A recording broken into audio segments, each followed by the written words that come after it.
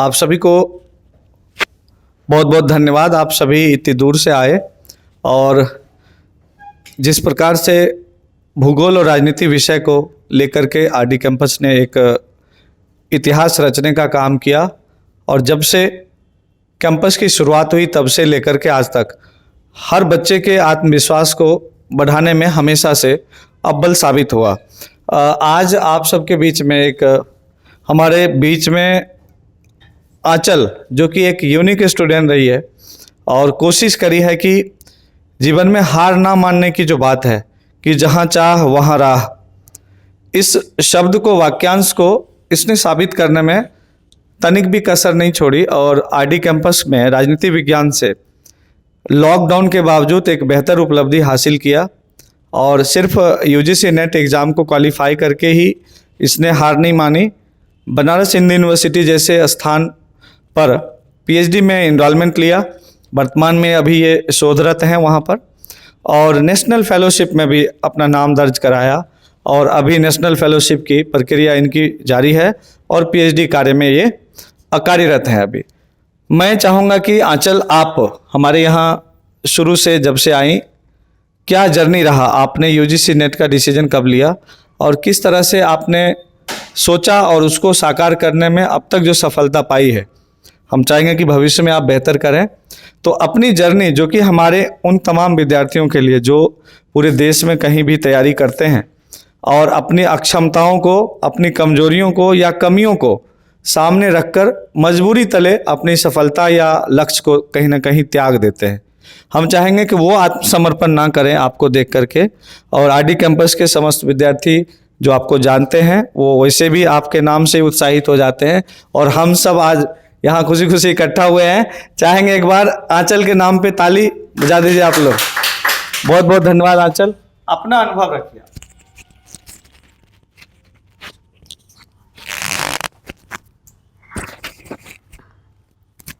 Hello, मेरा नाम आंचल है, मैं दिल्ली से ही हूँ और मैंने अपना ग्रेजुएशन दिल्ली विश्वविद्यालय के श्यामलाल कॉलेज से किया।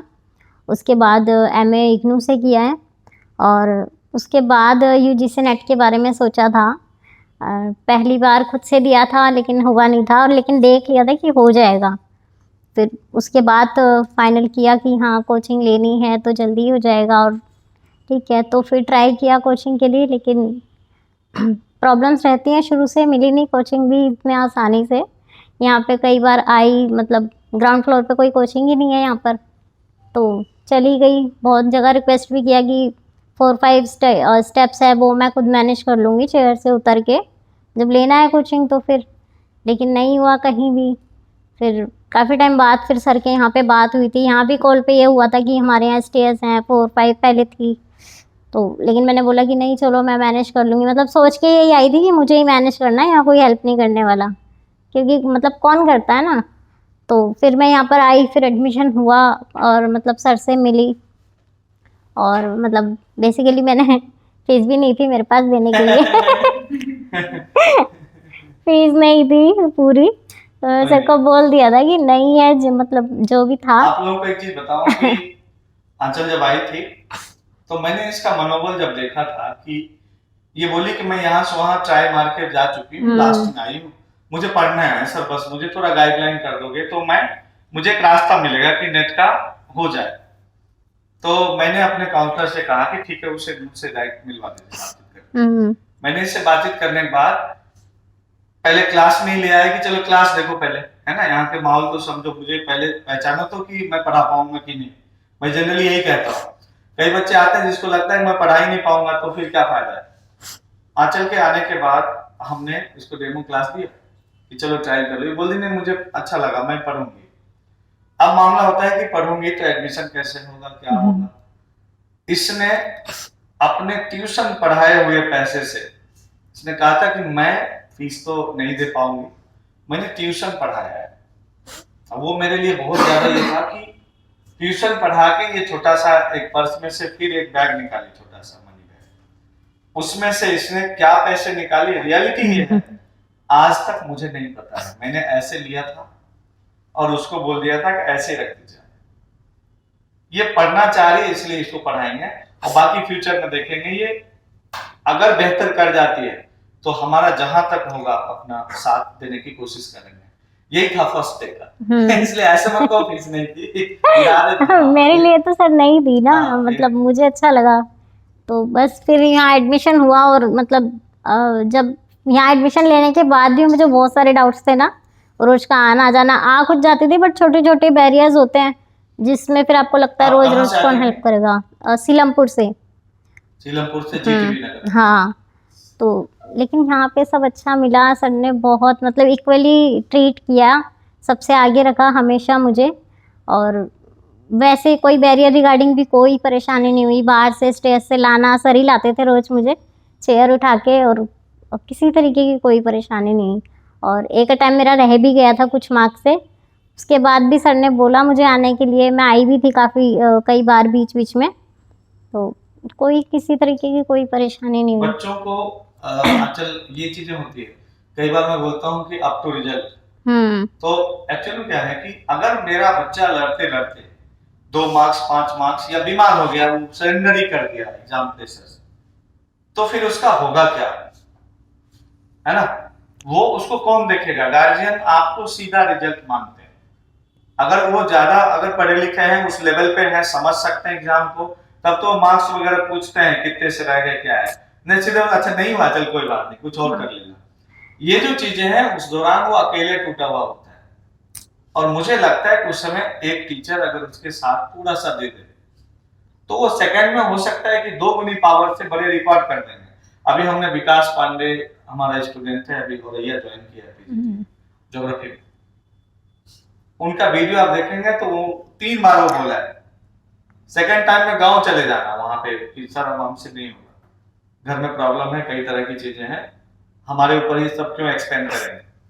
बुला करके किसी तरह से मैंने लेटर लिखा था मैसेज में लंबा कि आप वापस आओ, ऐसे नहीं जाने दे सकते। तो एक ये था कि आंचल का भी हेल्थ इशू रहता है और सारी प्रॉब्लम, स्ट्रगल जो लाइफ का होता है वो मैं बताना चाहता हूँ कि कितना भी मुंह से मैं कह लूं, एक से एक स्टूडेंट मेरे साथ रहे पहले भी, मेरे फ्रेंड सर्किल में भी बहुत सारी गर्ल्स ऐसी रही हैं जो पता है कि अब वो लाइफ ही नहीं है उसका, उसके बाद भी पीसीएस जैसे एग्जाम को क्वालिफाई करके आज वो अच्छे जॉब में रेप्यूटेड जगह पे।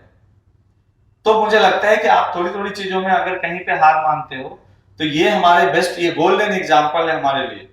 आईडी कैंपस चाहे 1 लाख रिजल्ट दे देगा, लेकिन ऐसे बच्चे जो सीलमपुर, अब देखो मेट्रो में कितनी वहां से आई, फिर रोड पे इतनी प्रॉब्लम्स, सड़क पार करने में इसको कभी कभी इतना टाइम लग जाता था कि कोई उठा के उधर ले जाए, या ट्रैफिक है ना, लिफ्ट तक कोई ले जाए तभी तो मेट्रो के फिर अंदर जाएगा।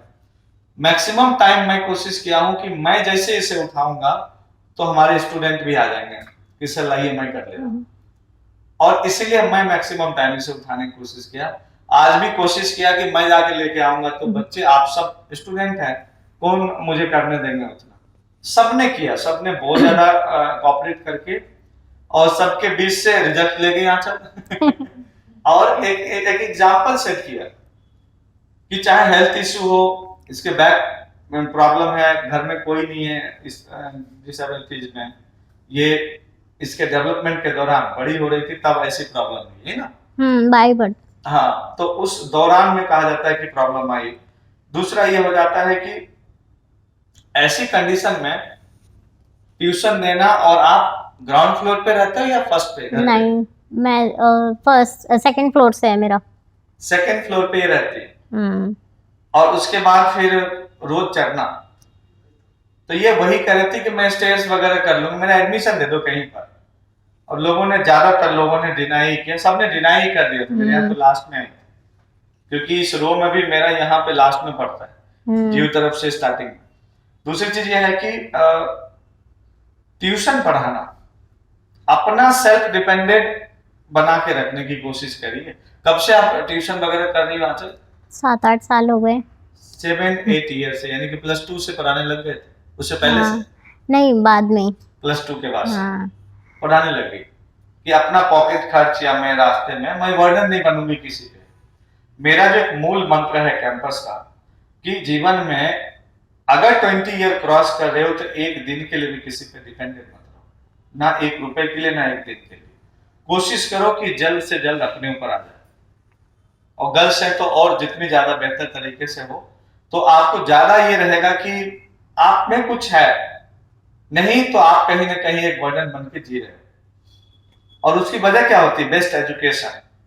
एक व्यक्ति जॉब लेके ही अपना कल्याण करेगा या परिवार का कल्याण करेगा, ये कंपलसरी नहीं है, जरूरी नहीं, क्योंकि गवर्नमेंट जॉब में जाने वाला कोई 5 अरबपति का नाम बताएंगे तो नहीं मिलेगा जो सरकारी नौकरी करके ही किया।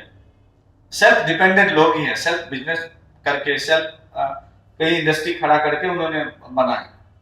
वो सर्विस एक्चुअल में नेशन के सर्विस के लिए बनाए गए, जितने भी गवर्नमेंट सेक्टर की job, to serve the nation, to serve the people, to serve the country, यही हो रहा है।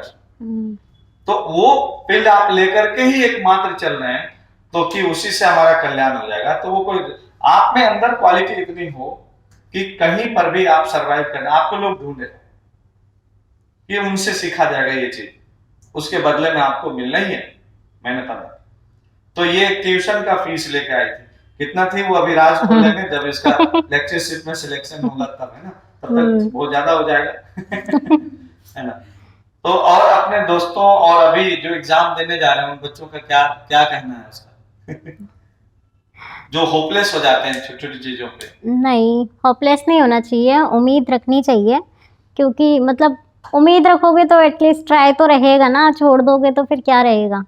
और मैं जो भी मतलब जहाँ भी हूँ ना, जब बस इसलिए ही हूँ कि मतलब मैंने सोचा था कि चलो मतलब एक होता है ना लाइफ, तो मेरे को ये था हाँ 30 तक अगर कुछ अच्छा कर लिया तो ठीक है, वरना छोड़ दूंगी सब कुछ। पर जब तक तो ट्राई करूंगी कि मतलब 25-30 की एज तक तो ट्राई कर ही सकती हूँ ना, पढ़ना वरना किसी को कुछ भी भी। करना चाहिए, ये हाँ, तो क्योंकि पढ़ाई मेरी छूट गई थी ना 5th क्लास के बाद ही, 4-5 ईयर के लिए गैप हो गया था। और तो फिर मैंने काफ़ी लेट एडमिशन लिया रेगुलर स्कूल में, जब मैं शायद प्रिंसिपल ने भी मना कर दिया था कि इतने बड़े बच्चों को एडमिशन नहीं मिलेगा, क्योंकि मैं 16-17 की थी जब मैंने 6 में जाके एडमिशन लिया था।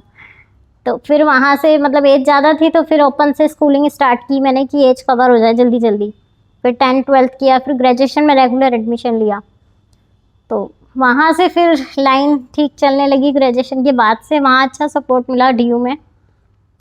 फिर इसके बाद मैं इसमें आई हूँ, लेकिन वहाँ तक आना मतलब अभी बोलने में आसान लग रहा है, पर इतना आसान नहीं था, क्योंकि हम हर स्टेप पे ना आपको खुद को डिफाइन करना पड़ता है कि आप कर लोगे। स्कूलिंग भी इतनी इजी नहीं थी, कोई लेता ही नहीं था एडमिशन।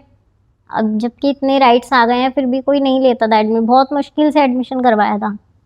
और एडमिशन कराने के बाद भी छोटी छोटी चीज़ों में इतनी सारी प्रॉब्लम्स फेस की है ना, और हर जगह आपको हर एक पर्सन को डिफाइन करना पड़ता है कि आप कर सकते हो, पहले बताना पड़ता है तब जाके आप करके दिखाते हो। तो उम्मीद नहीं छोड़नी चाहिए, कितना भी पढ़ना पड़े पढ़ो, एंड पढ़ोगे तो एंड में हो जाएगा, चाहे थोड़ा लेट हो पर हो जाएगा। बिल्कुल। अच्छा, नेट के बाद फिर क्या क्या किया अभी वो आप बताएं। नेट के बाद अभी फिर एडमिशन लिया, इंटरव्यू वगैरह बहुत सारी यूनिवर्सिटीज़ के फॉर्म भरे थे, लेकिन ये मेरा पहला ही इंटरव्यू था BHU में, और पहले में ही मेरा सिलेक्शन हो गया, तो बस यहाँ अभी एडमिशन PhD लिया। कर रहे हैं? हाँ, अभी मैं PhD कर रही हूँ।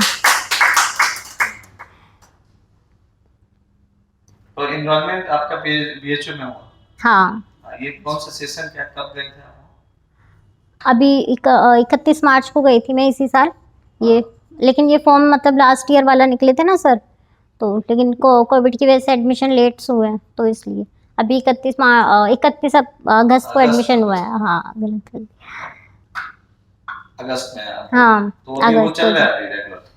हाँ, अभी ऑनलाइन है, लेकिन अभी थोड़े टाइम बाद मैं वहाँ चली जाऊँगी, कोर्स वर्क शुरू हो जाएगा। ठीक है। अभी ऑनलाइन क्लास है। अच्छा, ये नेशनल फेलोशिप बारे में कुछ बताइए, बहुत बच्चों को पता भी नहीं है।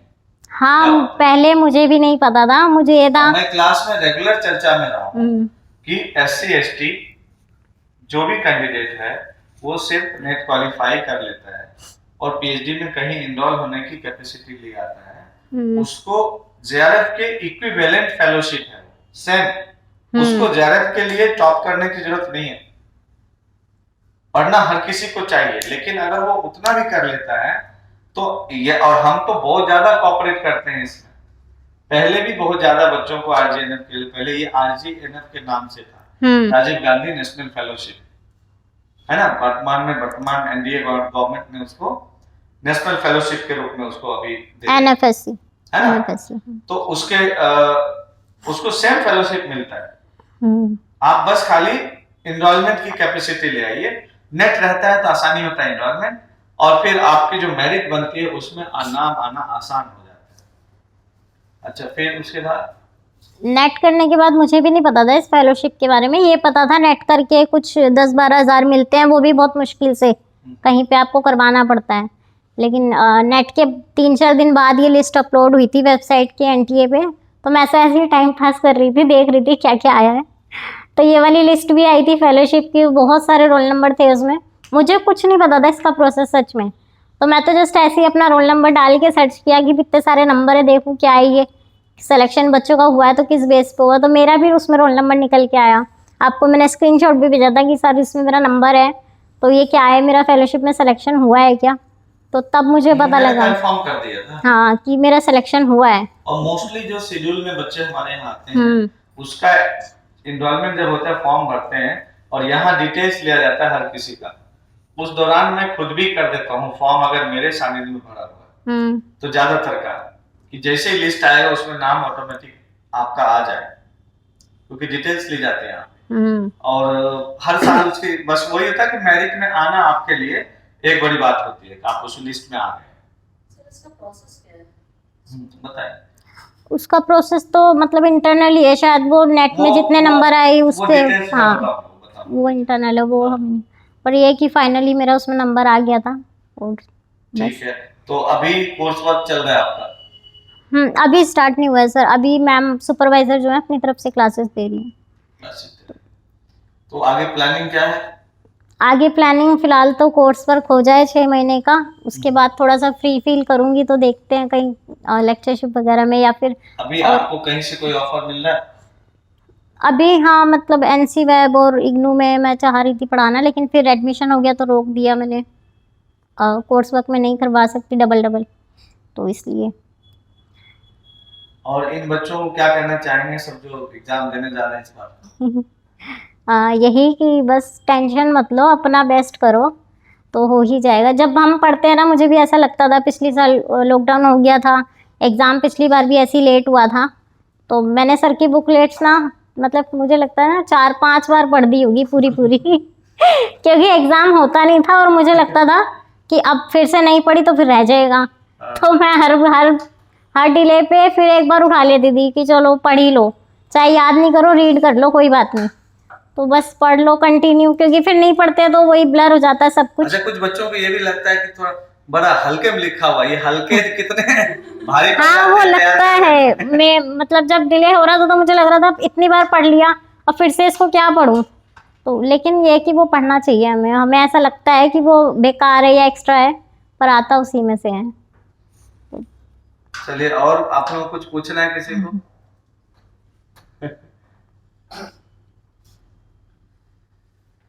कुछ पूछना है पूछ लो अनिशा। इतना सवाल बना के रखे थे कुछ। हाँ, सोनाली पूछो। क्वेश्चन मत, वो तो ऑब्जेक्टिव निकाल डिफिकल्टीज के बाद, अरे क्वेश्चन नहीं पूछना है, ऐसे पूछना है तैयारी। अच्छा, ये देखो, इतनी डिफिकल्टीज के बाद भी जो अपने अंदर का जो अपने कॉन्फिडेंस बना के रखा कि मुझे कुछ अचीव करना है, या जो मोटिवेशन थी वो आपने कैसे मेंटेन रखी तक? हाँ, वो बहुत मुश्किल होता है, लेकिन कभी कभी ना जब आपके साथ प्रॉब्लम्स होती है तो ये वाला कॉन्फिडेंट वाला पॉइंट भी ना ऑटोमेटिकली होता है अंदर, तो वो था शुरू से। मतलब मेरे को ना कभी भी ऐसी लाइफ चाहिए ही नहीं थी कि मतलब वो सिंपैथी वाली ना, बेचारी टाइप वाली। मेरे से डांट भी पड़ी। क्योंकि मतलब पूरा चाइल्डहुड में ना यही सब देखा है। मैं कभी भी ना पूरे साल घर पर ही रहती थी, मैं कभी किसी फंक्शन में मम्मी पापा के साथ कभी कहीं जाती ही नहीं थी, क्योंकि लोग देख के ना मतलब भीड़ लगा लेते थे, पूछते थे ये कैसी है, ऐसा कैसे, ऐसे कैसे, तो मैं कहीं जाती ही नहीं थी, पूरा साल घर पे ही रहती थी। बहुत कुछ खास हुआ तो घर से बाहर निकलती थी, और इसी सब की वजह से ना ग्रेजुएशन के टाइम पे मतलब मम्मी पापा ही मना कर रहे थे रेगुलर मत जाओ, क्योंकि जो लड़की घर से बाहर ही नहीं निकली तो वो कैसे जाएगी ना। मुझे कॉलेज का रास्ता भी नहीं पता था तो इसलिए बहुत मतलब कॉलेज एडमिशन में भी 2012 में मैंने फॉर्म भरा था, पर एडमिशन लिया नहीं क्योंकि घर वाले इतना नहीं कर पाए। मतलब ठीक थे वो भी अपनी जगह। फिर 2013 में फिर जिद करके फॉर्म भरा, लड़ वड़ के कैसे भी एडमिशन ले लिया।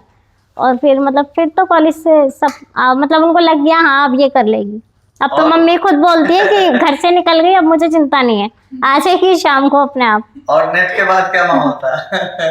हाँ, नेट के बाद तो मैंने अपनी मम्मी को रात को, वो कुछ फैमिली प्रॉब्लम थी तो वो रो रही थी, तो मैंने रात को 1 बजे उनको बताया था कि अब टाइम बदल गया बस अब शांत बहुत हो बढ़िया।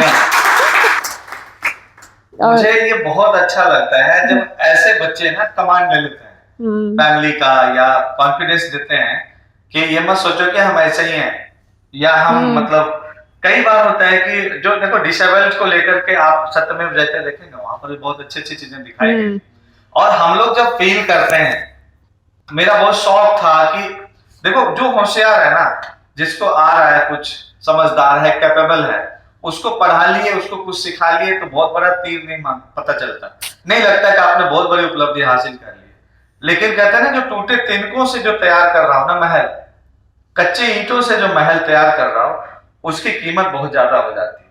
और मुझे लगता है कि वो बच्चे जो सहमे हुए से, और बहुत लगता है कि मैं होपलेस हो गए हैं, पता नहीं होगा कि नहीं, एक तो शक के बिहार पे ही कोचिंग पहुंचते हैं, तो उस जगह पे मुझे लगता है कि इसको तो 100% पास करा देंगे। बस क्या होता है, और मेहनत खाली एक बार करो, हम जैसे कह रहे हैं उसको फॉलो करो, किसी ना किसी को फॉलो करना पड़ेगा तुम्हें लाइफ में एक बार। अब अगला कितना ऑनेस्ट है उस पर डिपेंड करेगा आप कहां तक जाते हैं। नहीं तो ज्यादातर हमारे पास जो बच्चे आए हैं अभी तक, हर किसी की अपनी एक स्टोरी है। आप देखेंगे स्टोरी का सीरीज है मेरे चैनल पे। और आंचल मेरे लिए तो बहुत बड़ी उपलब्धि ये थी कि मेरा कोई स्वार्थ नहीं था, कोई क्वेश्चन आंसर नहीं हुआ था जब ये आई थी। हमने हालचाल लिया और बस ये पूछा, और जैसे ही इसने सारी चीजें मतलब बताई कि यहाँ से वहां तक, सिर्फ इसलिए मुझे कोचिंग वाले नहीं दे रहे हैं या कहीं पर भी इस तरह से नहीं मुझे हैंडल किया गया कि मैं डिसेबल हूं, मैं कैपेबल नहीं हूं, या मुझे कोई ले जाने वाला नहीं होगा। मैं आगे बढ़ करके खुद ही उसे उठाया था। फर्स्ट डे भी और आज भी प्रोग्राम में, आप देखो सेकेंड फ्लोर पे अपना इंस्टीट्यूट भी हो गया, उस समय तो ग्राउंड पे था, लेकिन सेकेंड फ्लोर पे भी जब जब क्लास लगी है कभी इसे प्रॉब्लम नहीं होने दी, क्योंकि लगा ही नहीं मुझे कुछ है। और डांट वाट बहुत पड़ी होमवर्क में, चूंकि मेरा पूछने की आदत है, कहीं पे अच्छा हैबिट नहीं है सुनाने की किसी को तो उस कंडीशन में क्या होता है कि दोबारा से उसी चाइल्डहुड में ले जाता हूँ। और बाद में इसने आंसर ताबड़तोड़ बहुत अच्छे लेवल पे देना शुरू किया। और एक हैबिट आपको डेवलप करने की कोशिश करता हूँ कि जो माइंड में वही आपका है। कॉपी में कितना सुंदर है, किताब में कितनी चीजें हैं, उसे कोई फर्क नहीं पड़ता। वो ले जाके कहीं पे खड़े हो जाएंगे, उससे टीचर को जज करेंगे, उस सबसे कोई मतलब है। आप देखिएगा आपके माइंड में कितनी चीजें कौन डाल सकता है और आपको समझ सकता है। उतना सेंसिटिव पर्सन होना चाहिए जो आपके समझ के साथ आपको पढ़ा रहा हो। वो पढ़ा लेगा, वो सिखा लेगा, जो आप चाहेंगे वहां तक लेके चला जाएगा। इसलिए मैंने आज तक किसी को नहीं पूछा कि तुम्हें क्या आ रहा नहीं आ रहा।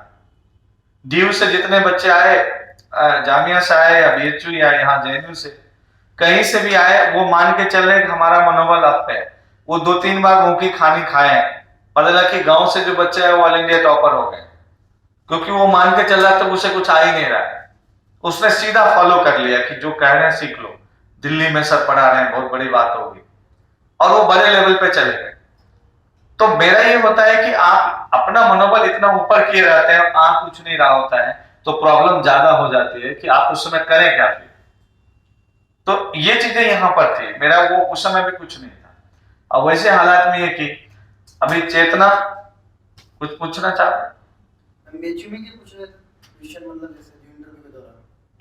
क्वेश्चनिंग बीएचयू में आपका पेपर के थ्रू हुआ था? बीएचयू में पूछ रहे हैं क्या? अच्छा नहीं, नेट की वजह से एंट्रेंस तो एग्जाम हो गया था, सीधा डायरेक्ट इंटरव्यू हुआ था और प्रपोजल सबमिट हुआ था। तो उसमें पूछा है कुछ? इंटरव्यू के क्वेश्चन प्रपोजल से रिगार्डिंग सारे पूछे थे, मतलब पहले आपका बेसिक इंट्रोडक्शन, और उसके बाद जो भी आपने प्रपोजल सबमिट करवाया, तो मेरा पॉलिसी पर था डिसेबिलिटी पॉलिसीज, तो उसकी सारी पॉलिसीज वगैरह पूछी थी उन्होंने। जब प्रपोजल तैयार कर रही थी आंचल, मुझे भेजा था, मैंने इसे कहा था कि तुम एक काम करो, जितने पेज का तैयार करना है वो सारे प्रपोजल एक जगह लिस्ट है, और देखो उसके हिसाब से टॉपिक सिलेक्ट करके और करो, मैं फाइनल कर दूंगा। मैंने देखा कि ऑटोमेटिक इसने बहुत सिस्टम में सब कुछ कर रखा है। उसको बगैर काट छाट का, जबकि इसका प्रपोजल सबसे ज्यादा पेज का था, है ना। प्रपोजल हाँ, जनरली मैंने 2 से 2.5 पेज बहुत लेंथ हो ही गए। बनाया था मैंने। लेकिन मैंने देखा कि ये बहुत सिस्टम रख के, मैं बोला पूरे रहने दे, क्योंकि कोई एक फिक्स पैरामीटर होता नहीं है, जनरली लोग किए हुए, वो एक्सेप्ट किया था लोगों ने बहुत अच्छे से। हाँ। और संजोग ये है कि जहां से मैंने बीए किया है वहां से ये पीएचडी कर रहे हैं मेरे स्टूडेंट, ये मेरे लिए उपलब्धि होता है। और इसी कैंपस में तो ये सब एक खुशी मिलती है कि चलो वहां से एक किसी को भी कह दे कि ध्यान रखना, जहां से मेरे गुरुजी बीए किए थे वहां से मैं पीएचडी की हूँ। तो उस समय ये लगेगा, है ना। और किसी कुछ पूछना है? जितने भी प्रश्न थे आपका स्ट्रगल सुन के सारे आंसर मिल गए, आप इंस्पिरेशन हो हम सबके लिए। कोई भी जब कमजोर पढ़ने लगो तो ऐसे हमारे फैमिली के मेंबर को याद कर लो। पॉलिटिकल साइंस के बच्चों को बोलते हैं कि तुम अपनी पढ़ाई को कितना, इसकी पढ़ाई की कोई वैल्यू नहीं थी, इसीलिए लोग, और पहले तो इसी की नहीं दी थी वैल्यू कि चल ठीक है घर में है, किस तरह से लाइफ जी रही है, एक्सपेंड कर रही है बहुत, लेकिन इसने अपनी वैल्यू बढ़ाई ना आज। और आज की जो कहानी है वो कब इसकी शुरुआत हुई, कैसे समझोगे, कितने साल का इसका स्ट्रगल निकला है। और अभी तो मैं कह रहा हूं, अभी इसका सब कुछ सबमिशन होता है, प्री पीएचडी सारा चीज होता है, मेन एनरोलमेंट इसका होता है, 1 ईयर लगता है मेन एनरोलमेंट में आपको मिलने में, तो एडमिशन हो जाता है आपका। प्री पीएचडी के बाद ही आपको पीएचडी में एडमिशन होगा, जब आप डिसर्टेशन वगैरह जमा कर देते हैं, एग्जाम हो जाएगा 1 ईयर में। उसके बाद और भी टारगेट हैं जो सामने रख करके, और बोलेंगे बिल्कुल लेक्चरशिप का एग्जाम तो क्वालिफाई करना ही है, और भी कुछ इरादे हो, इच्छा हो कंपटीशन को दौरान, क्योंकि अपनी वैल्यू खुद बढ़ाया। नहीं तो मैं एक चीज वही बता रहा हूं, आप कितने बेहतर हैं देखने में या कहीं पे बोलने में या किस चीज में, उससे फर्क नहीं पड़ता है। आप क्या है ये आज के डेट में मायने रखने लगा है। आप क्या सोसाइटी को, परिवार को दे सकते हैं, आप कितने लोगों की डिजायर, कितने लोगों की इच्छाओं को पूरी कर सकते हैं। और कहते हैं ना कि उनको जो फुलफिलनेस की क्वालिटी कितनी है आप में, उतने ही आप वैल्यूएबल हैं, वही उतने ही सुंदर हैं आप, उतने ही आकर्षक हैं आप, अदरवाइज कुछ नहीं है। तो वैल्यू बढ़ाना और घटाना किसके वश में? स्वयं के वश में। आपकी शिक्षा की, आपकी पढ़ाई की, बीए की या एमए की वैल्यू है कि नहीं, ये डिसाइड तो पहले कीजिए आप। अगर वैल्यू है तो आप उसको वैल्यूबल बनाएंगे, तभी तो उसकी वैल्यू बनेगी। नहीं तो बहुत ढेरों लोग बीए एमए कर रहे हैं, तो नेट किया, पीएचडी में एनरोलमेंट लिया, जिस बच्चे को पढ़ाई छोड़ दिया गया था ऐसे कि चलो तुम 10 साल बर्बाद हो गया था ना। अगर 16 साल में, 17 साल में या 15 साल में ही बच्चा 6ठी क्लास में, 5वीं क्लास में एडमिशन लेता है इसलिए कि ये डिसेबल है, ऐसे रह जाएगा, और वो पीएचडी में गई है, तो हम तो कहेंगे, हम सभी उन विद्यार्थियों के लिए जो कॉम्पिटिटिव एग्जाम में है, आप सबके लिए एक ये है कि एक इंस्पिरेशन का एक सिंबल है अचल, और इसको तो मोटिवेट हम लोग करते रहेंगे, हमारे मोटिवेशन का कारण बन जाएगी, आप लोग सोच भी नहीं सकते थे, और सबके लिए एक पहचान बनी। तो इसीलिए नहीं उठता सवाल, भी नहीं उठता मन में। तो आंचल क्या कहेंगे, कोचिंग संस्थान और ये सारी चीजें जो चल रही है अभी, जो अनुभव है, लोग या तो उसको बहुत दूसरे वे में ही ले लेते हैं कि प्राइवेटाइजेशन का है तो वहां उसका सीधा मतलब इकोनॉमिक उससे होगा, लेकिन ऐसे लोग हैं, बहुत सारे लोग हैं जो व्यक्ति को, स्टूडेंट को, इंसान को उसके डिजायर को फुलफिल करने के लिए कोशिश करता हूं। मैं उसी राह पे चल रहा हूं और चाहता हूं कि ये चीजें बनी रहे हमेशा। ठीक है, और किसी को कुछ पूछना भी है? नहीं? इतना सब वो हो गया, सब शांति हो गया, क्या कहोगे? कोई नहीं, आंचल को थोड़ा सा छोटा सा तो गिफ्ट दिया जाए। अनीशा देखो, है ना, डायरी पेन तो बच्चों को देते हैं, नोट पेन हमेशा रखो, है ना। आकांक्षा फोटो ले लेंगे अपने फोन, पिछली बार आई थी, एक फोटो हमने लिया था। हाँ,